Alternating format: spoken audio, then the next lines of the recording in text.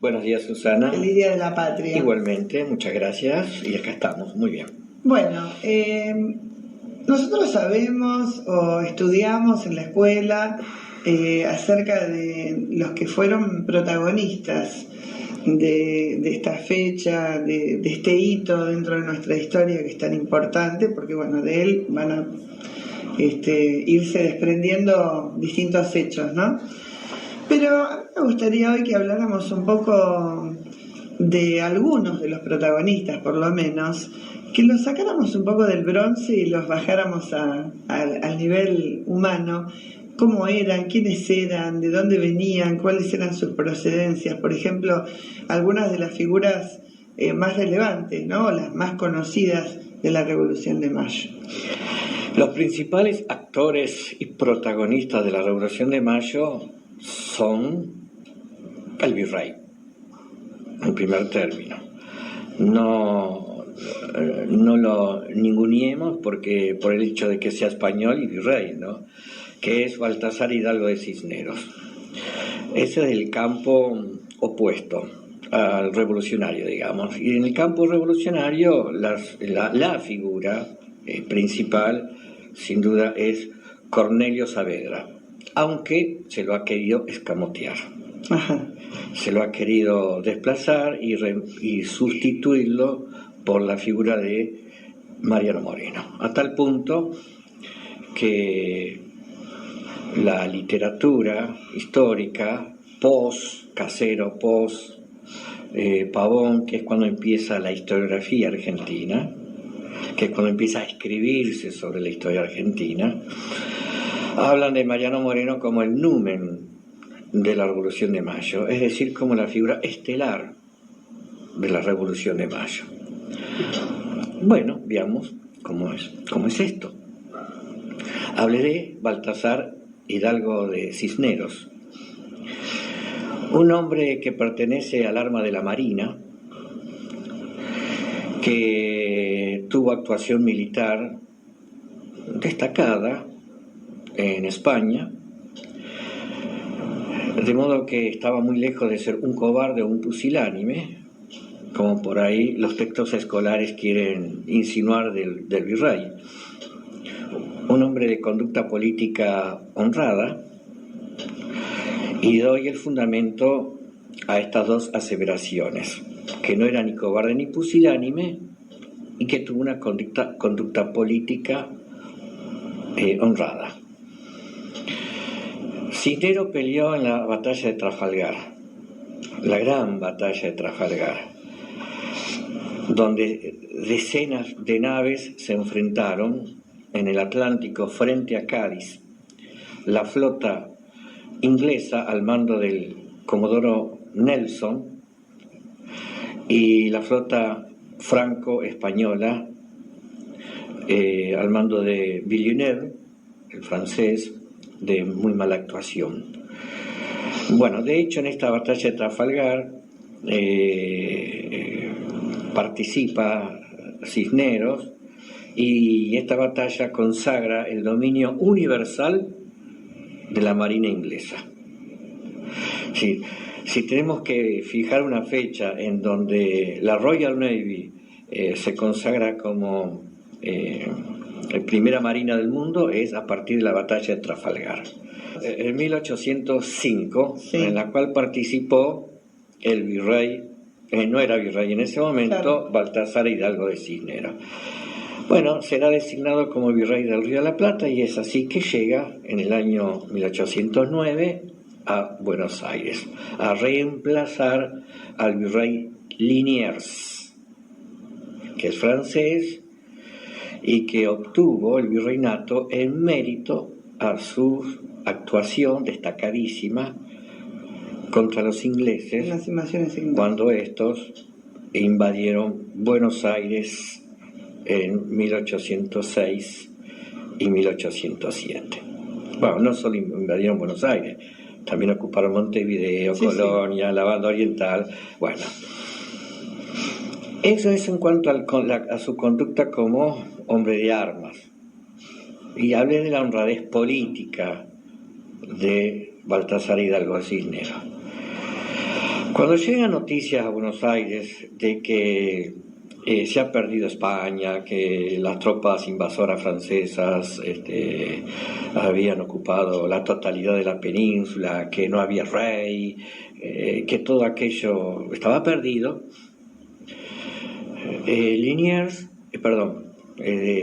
Cisneros publicó un bando dando noticia de estas noticias que pudo haber ocultado, porque no había, era fácil ocultar noticias, claro, porque no había los medios de comunicación que había ahora, ¿no?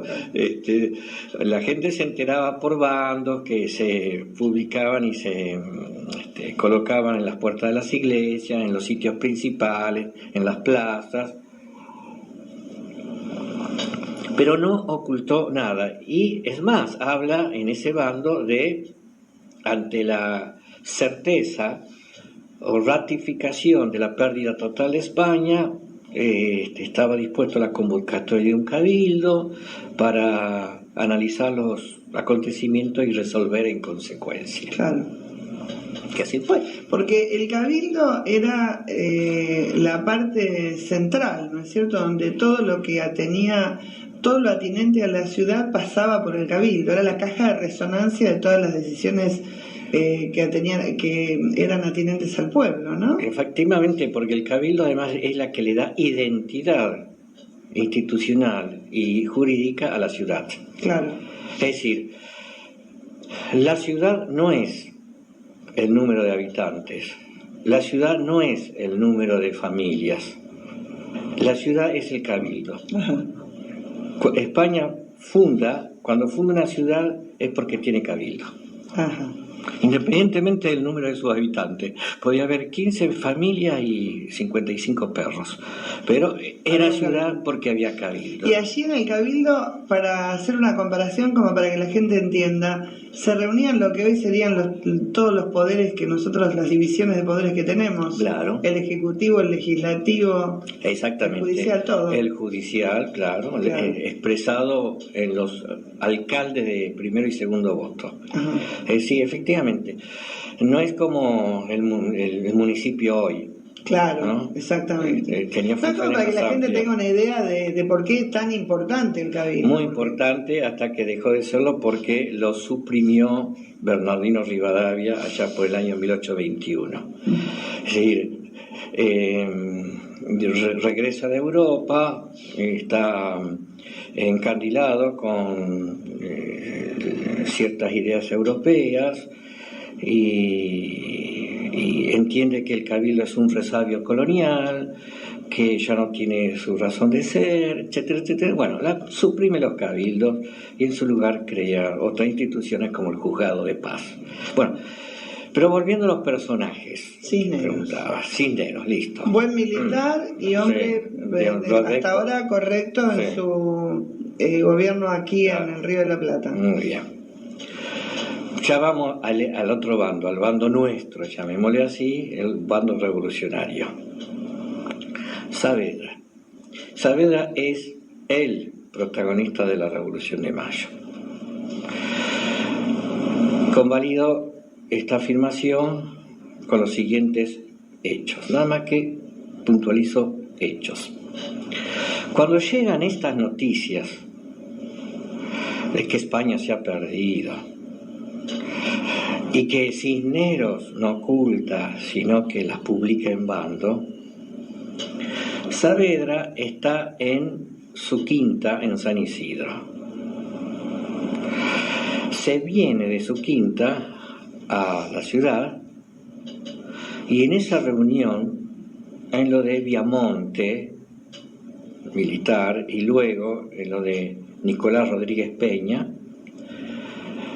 Saavedra dice aquello que ha recogido la historiografía: no hay una hora que perder. Ahora sí digo que las brevas están maduras. ¿Por qué lo mandan a buscar? ¿Por qué lo mandan a llamar? ¿Por qué están todos expectantes a ver qué dice él? Y él, con eso de ahora digo que las brevas están maduras, está diciendo es el momento de actuar. Claro, este es el tiempo. Es el tiempo. Y de hecho, al otro día, Saavedra, comandante de patricios, y Belgrano, como mayor del regimiento de patricios, no como abogado, es decir, dos figuras uniformadas, van a hablar con el virrey Cisneros y a decirle que cesen el mando. Acá es cuando podríamos decir se acabó Cisneros, el 19 de mayo, no el 25. Llegamos al 25 como una forma de prolongar la cosa y darle una cobertura de tinte popular, si se quiere. Pero ya el día 19 le bajaron Estaba línea. decidido. Claro. Le bajaron línea. Digamos, se prolongó un poco más como para irlo preparando, digamos. Sí, y para dar ¿Y él mayor... acepta? ¿Cisneros acepta? Al otro día, pero acá fueron los patricios, Saavedra y Belgrano. Al otro día los vuelve a convocar para ver a los jefes militares, para ver si cuenta con el apoyo de ellos. Cisneros convoca a los jefes militares, porque no hay poder sin fuerza. Ah, no, seguro. Y acá la fuerza la tenían las milicias, que eran criollas, patricios, arribeños, húsares del rey, los Viamonte, los Pueyrredón, los Ortiz de Ocampo, los Martín Rodríguez, pero sobre todo Saavedra. Y bien, convoca a los jefes militares el virrey y le dice: muchachos, ¿yo puedo contar con el apoyo de ustedes? Y Saavedra se adelanta y le dice: con el mío, no. Le puedo asegurar que usted no contará con nuestro apoyo. Y al hablar Saavedra ya es como que hablan todos. Y que estaban todos en la conspiración, llamémosle así. Viamonte, Martín Rodríguez, son las cabezas principales, ¿no? Está huérfano de apoyo militar. No obstante eso, se decide la convocatoria del Cabildo abierto. Pero en realidad el Cabildo, la suerte de Cisneros ya está echada. El Cabildo es un poco para convalidar su suerte final. Claro. La prueba está que cuando se vota, estoy hablando de los protagonistas de Mayo, ¿no es cierto? Estamos hablando de Saavedra. Cuando se vota en el Cabildo abierto por la continuidad del virrey o por la no continuidad del virrey, desde luego Saavedra vota por la no continuidad del virrey. Y su voto arrastra casi 90 votos más, porque dice Saavedra, y que no quede duda, el virrey debe cesar, y rubrica o cierra en su discurso diciendo, y que no quede duda de que es el pueblo el que confiere la autoridad o mando. Otros se expresaron de una manera. Era una excusa, ¿no? Lo del pueblo, porque ya la torta se había cocinado internamente, digamos. Bueno, es una constante en nuestra historia, ¿no? Que el hecho ya estaba realizado antes de producirse, ¿no? Digamos. Es seguro. ¿Es una constante de nuestra historia o de la historia en general? Explosiones mágicas, esas explosiones populares, tiene algo de magia o de ideología, ¿no es cierto? Pero digo, siempre estuvo el jefe, siempre estuvo el caudillo, siempre estuvo el líder. Claro. No es solamente nuestra. Es universal. Sí, siempre estuvo el jefe, el caudillo. Claro. Y no, por algo la palabra caudillo quiere decir cabeza. Y sí. ¿No? En la Edad Media, el caballero, ¿quién es el Cid? ¿Quién es el Cid? Campeador. Y otros tantos caballeros. Es el primero entre pares. Claro. El primum inter pares. En que el que por todos sus los méritos, demás van delegando, ¿no? En el por que sus méritos se lo reconoce como jefe, por su aristocracia del mérito, no de la sangre, por su aristocracia del mérito, se lo designa líder o jefe. Bien. Y Saavedra fue, porque después vienen otros votos, ¿no es cierto? Estamos votando si queda o no queda el virrey. Sí. Entonces me adhiero al voto de Saavedra, y así, tenía ¿no? buen predicamento dentro de la Y ya te sociedad digo que arrastra como 90 votos, es el expositor y no es un tribuno, y no es un filósofo, Claro, es militar. es militar, es el que arrastró más votos. En reconocimiento de todo esto, cuando se nombra la Junta de mayo, del 25 de mayo, ¿a quién se lo nombra presidente? Ay. A Saavedra. Vamos al otro protagonista de la historia de mayo, Mariano Moreno, que aparece como arrebatándole la gloria a Cornelio Saavedra. Las reuniones conspirativas que desembocan el 25 de mayo comienzan, como dije, una semana antes. Y hubo varias. En ninguna de esas reuniones conspirativas aparece Mariano Moreno. No tiene ninguna actuación previo al 25 de mayo. El 22 de mayo, donde todos hablaron, se empujaban, me toca a mí, pedían la palabra. Algunos discursos fueron brillantes, el de Castelli fue un discurso brillante. Mariano Moreno no abrió la boca, muti por el foro. El voto de Mariano Moreno por la deposición del virrey fue sin ninguna aclaración, ningún agregado, ningún discurso, nada. Simplemente se adhirió a. Y fue el voto número 151. Mientras que el voto de Saavedra fue el voto 19. Cuenta Vicente Fidel López, el hijo del autor del himno nacional, Vicente López y Planes, en su Historia Argentina, que escribió sobre la memoria y los recuerdos de su papá, de Vicente López y Planes, que ese día, el 22 de mayo, cuando terminó todo, que terminó pasadas las 12 de la noche, el Cabildo Abierto arrancó a las 9 de la mañana y se debatió hasta pasada la medianoche, y todos se abrazaban, se felicitaban, todo había salido muy bien, etcétera, etcétera.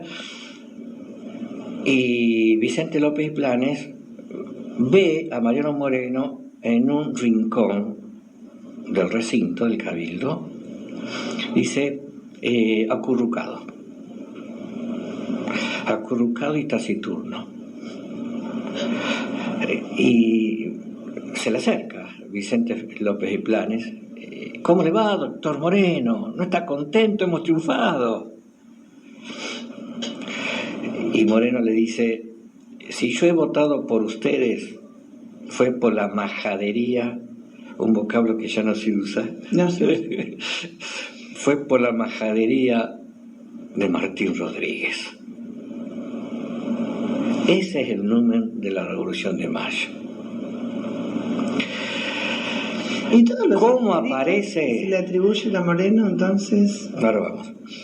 ¿Cómo aparece el 25 de mayo?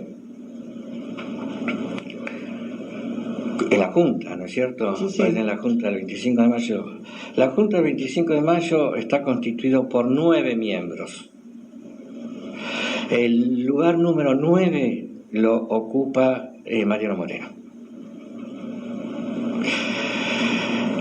Cuenta su hermano, lo que nosotros sabemos de la vida de Mariano Moreno, lo escribió su hermano Manuel Moreno. Y es el propio hermano Manuel Moreno quien cuenta que mientras se estaban produciendo los sucesos decisivos del 25 de mayo, que el pueblo quiere saber de qué se trata, dónde está el pueblo, toque la campana y saldrá el pueblo a las calles. Pasaba todo eso.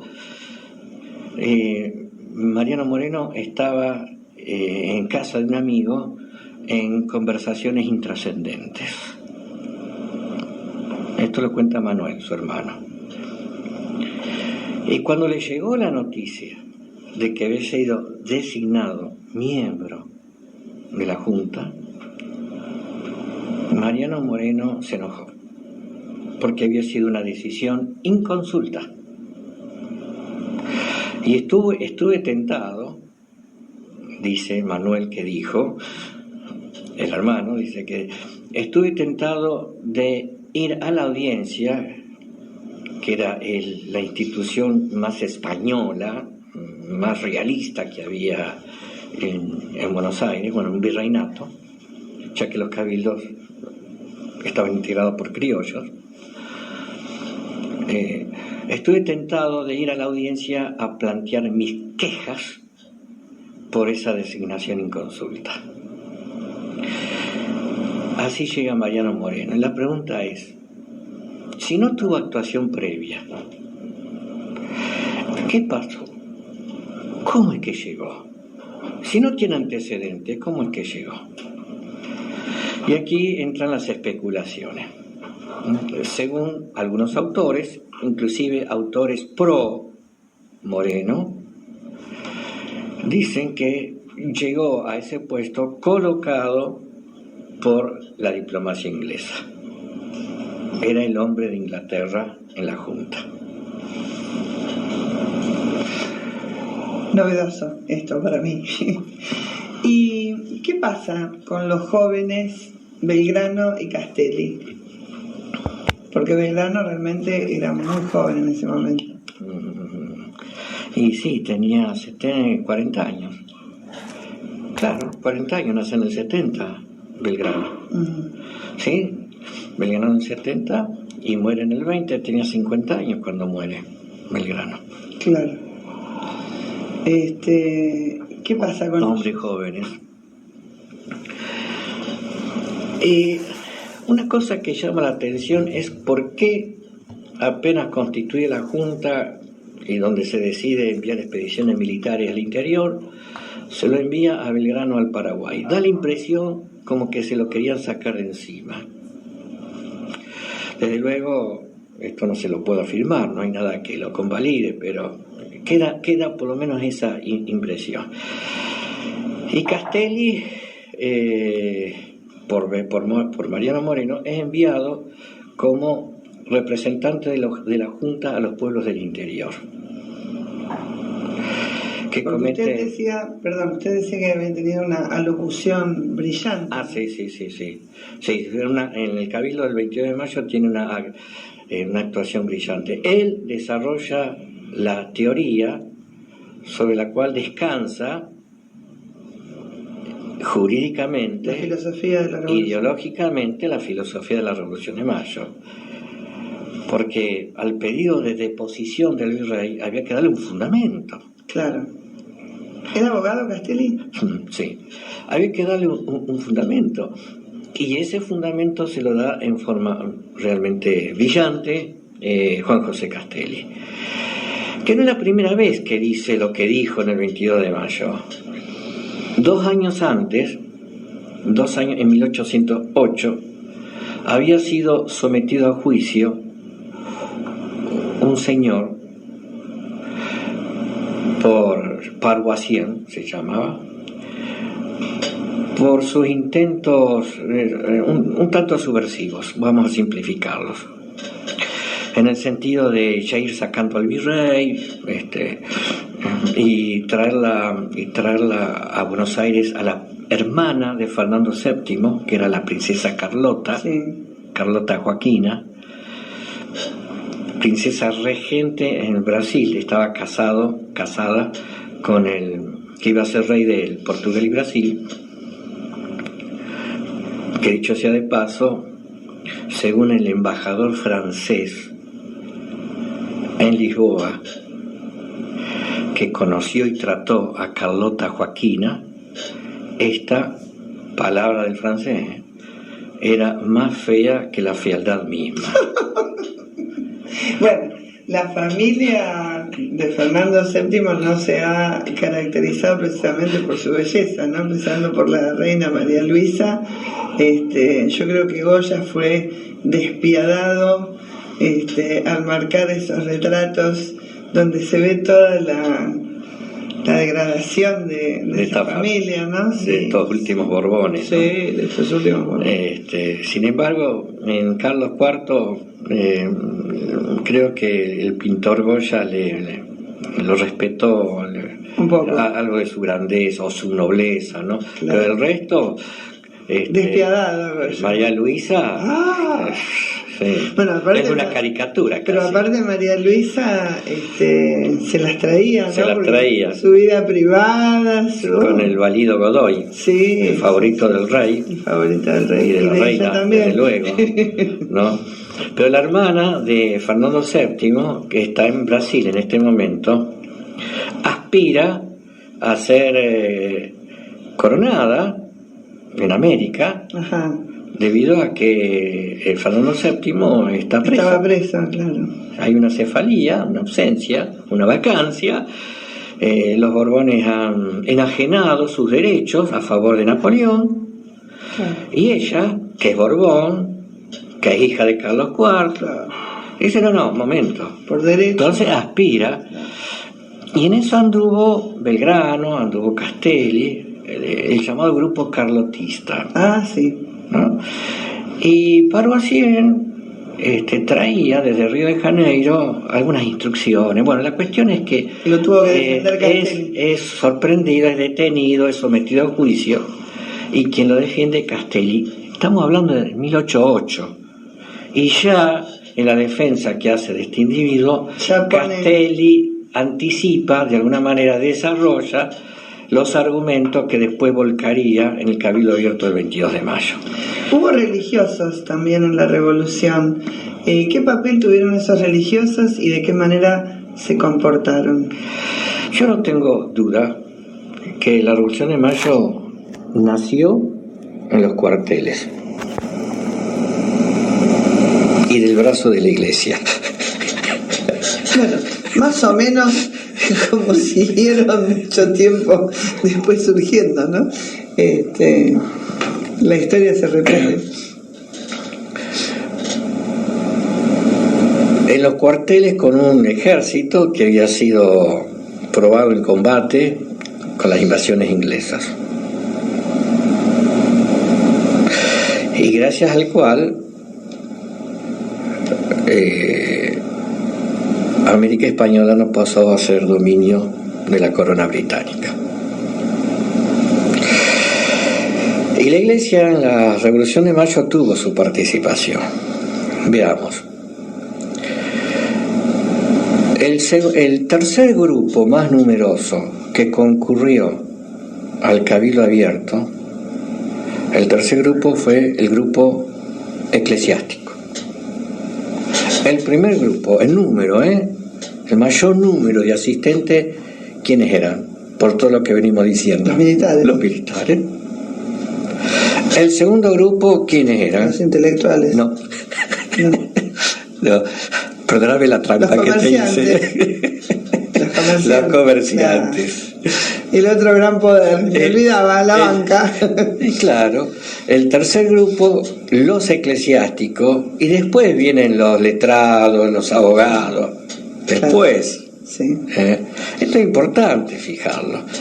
Bueno, de ese tercer grupo, que es el grupo eclesiástico, el 73% votó contra el virrey. El 73% de los eclesiásticos es un porcentaje alto. Votó contra el virrey. Un observador portugués que estaba en Buenos Aires por este tema de la Carlota que comentamos, sí, ¿no? cuenta, y eso está escrito, que las conspiraciones se hacían en los cuarteles y en los conventos. Claro. Por eso dije del brazo de la iglesia. La revolución nace en los cuarteles del brazo de la iglesia. Y sí, porque eran los hombres más leídos, los que tenían sus bibliotecas, los más informados, los más sólidos intelectualmente hablando. El día 25 de mayo, con todo la gente dando vuelta y alborotada porque se hacía o no se hacía la junta, etcétera, etcétera, había un fraile dominico que a caballo y pistola al cinto alborotaba a la gente, ¿qué tal el fraile? Invitándolo a movilizarse y a todo eso. Se llamaba Aparicio, que era no era dominico, era mercedario, sí. Y otro mercedario fue el que en el Cabildo Abierto el 22 de mayo, a la hora de votar, propuso que el voto fuera público. No es cosa menor. La verdad. No es cosa menor, porque había que dar la cara. Para la época toda una avanzada, porque en ese momento no se daba todo eso. Es que había que dar la cara, si el voto era secreto. Había que hacerse cargo. Claro que iba a pasar, no sé. Claro. Pero en cambio el decir. Y después había que salir a la calle y seguir con la vida. Claro, sea público. Claro. Y fue un religioso. Uno de los lugares del virreinato que resistió a Buenos Aires y a la Junta fue Montevideo y la Banda Oriental. Ya se constituyó la Junta y el jefe español de Montevideo acusa a los frailes, en este caso en su mayoría franciscanos, acusa a los frailes de ser ellos los subversivos, porque le están calentando la cabeza a la gente con estas ideas de junta, de revolución, y los acusa directamente a los frailes, son ellos, y agrega, hacen uso del arma temible del confesionario y del púlpito. Claro. Entonces con eso, y agrega además, cuando alguien se va a confesar, que lo hacía mucho más a menudo que ahora, sí. Cuando alguien se va a confesar, el cura enseguida pregunta, ¿es usted sarraceno? Como diciendo, ¿está con los españoles? De hecho, el jefe español de Montevideo expulsa de esta ciudad a los franciscanos, justamente por su adhesión a la revolución. No vaya a ser que... Y hubo caudillos que tonsurados.